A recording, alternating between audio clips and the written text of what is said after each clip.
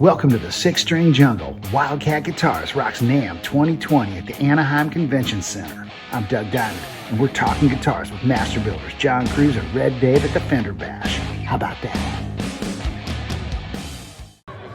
Welcome to Namm 2020, Anaheim Convention Center. Doug Diamond, WildCat Guitars, Escondido, the legendary Mr. John Cruz, Fender Custom Shop extraordinaire, perhaps the most influential builder of his time in the Fender Custom Shop. Doug and I go back a long ways, and it's great to do business with them anytime I can. 2020, man, who would have thought? You know, we're here still, we're doing it, we're breathing, we're making the best guitars in the world for you guys, and yeah, man, it's all good. You were the man behind the Malmsteen Duck. Yep. Now that guitar had to meet Yngwie's standards, and if anybody knows Yngwie Malmsteen, that's not an easy feat. So I'm asking you, what was the toughest thing about that process for you? There was a lot of things that went into that guitar that were time consuming. One of the hardest things was to deal with the bite marks that were on the top of the body. I had to mimic them with my own teeth. And after a while I had, I can't use my teeth anymore, I'm gonna ruin my teeth. So I started figuring out a way to do it. But the bite marks, the cigarette burns, all the cracking, there's certain ways that guitar looked. I was lucky enough to have his main guitar with me for 4 months straight, which was great to have, and I could work on the guitar one-on-one with the guitar that I was building, the prototype. And he was gracious enough to let me use that guitar and to be able to knock it off exactly the way his was.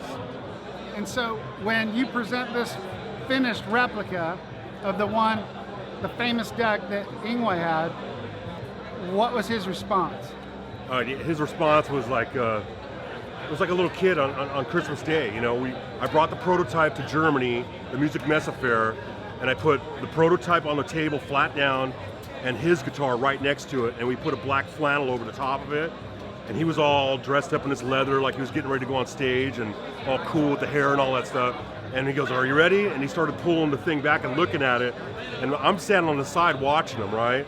And he's like laughing, like giggling, and I'm like, oh man, he's gonna hate this thing. He was pulling the thing back, and he's like laughing, and he's doing this, like shaking, and he's like looking over like, no way, man, no way, no way.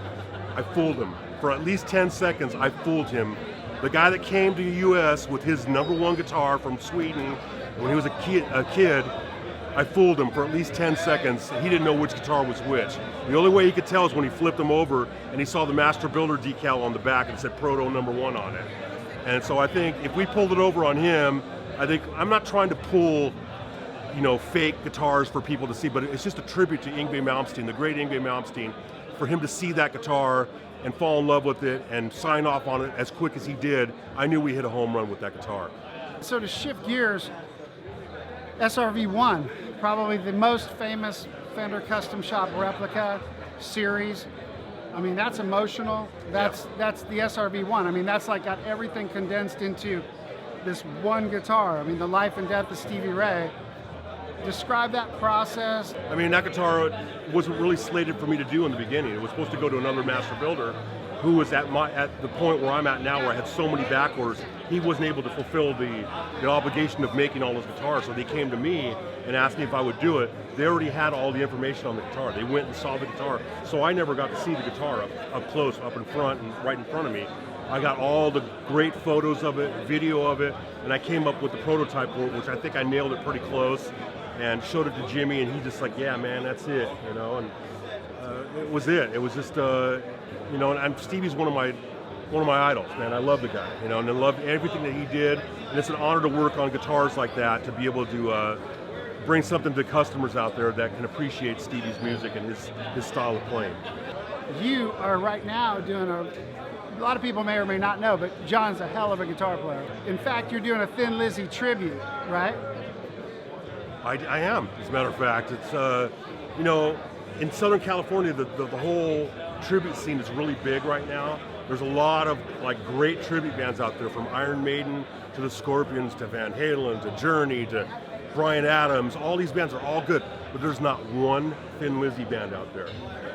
They got on, you know, they got mentioned for the Rock and Roll Hall of Fame this year. They didn't quite make it this year. It's cool, but at least people know that name. And maybe now we'll be able to bring some more people to our shows to show them how much Thin Lizzy meant to me growing up. One of my favorite bands of all time. And you know, this year we released the Phil Lynott P-bass that we're doing right now. I think you guys have one of those coming, and it's another killer bass, a tribute from me to Philip and his mother. It was just a fantastic project to be a part of, and what a better way to honor Phil Lynott and the great Thin Lizzy than to do a Thin Lizzy tribute band, which I'm doing. We're called Black Rose. We play in Southern California, and anywhere that people will have us come play, we'll come do it and give you a hell of a show. Right on, man, and watch out, because I think Black Rose, Mr. Cruz's tribute band, will in fact be at the WildCat. So watch out for that. It's a long day. You've been working all day. What is your go-to snack food when you're at your bench?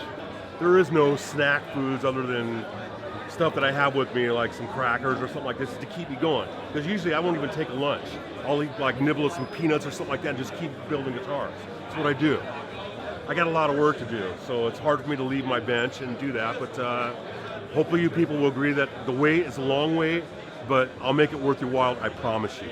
Like when you're at your bench finishing fretwork, you're not like doing like chips into French onion. No. Well, unless I need to use some of the dip for like, you know, some grain filler or something like that, but no. You're at your favorite barbecue on a Saturday. What is on the grill for Mr. John Cruz? I'm a steak guy, man. A steak and potatoes guy all the way. Brisket. I love chicken, but I'm a steak guy. Ribeye steak, filet mignon. Keeps me strong, keeps me building guitars. I'm good. Right on, man. Hey, thanks so much for taking the time, brother. I appreciate it. Man. Thank you Thank so you very much. No John Cruz, the Cruiser. Thank you. WildCat Guitars, Escondido, California, here. 2020 Namm, Anaheim Convention Center. Thank you, brother. Thank you.